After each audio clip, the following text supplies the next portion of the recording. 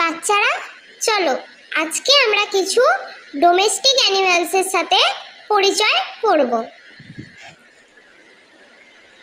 গরু, গরুকে ইংরেজিতে বলা হয় কাউ। কাউ মানে গরু।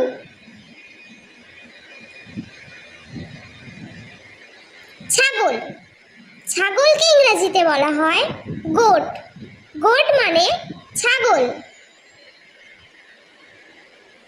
কুকুর, কুকুরকে ইংরেজিতে বলা হয় ডগ। ডগ মানে কুকুর। মুরগি, মুরগিকে ইংরেজিতে বলা হয় হেন। হেন মানে মুরগি। পায়রা, পায়রাকে ইংরেজিতে বলা হয় পিজিয়ন। পিজিয়ন মানে পায়রা। পাতিহাঁস, পাতিহাঁসকে ইংরেজিতে বলা হয় ডাক। ডাক মানে পাতিহাঁস।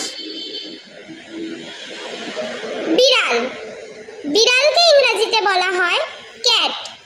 ক্যাট মানে বিড়াল।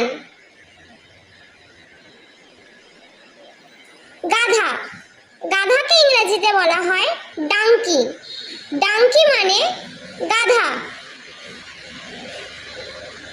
ভেড়া, ভেড়াকে ইংরেজিতে বলা হয় শিপ। শিপ মানে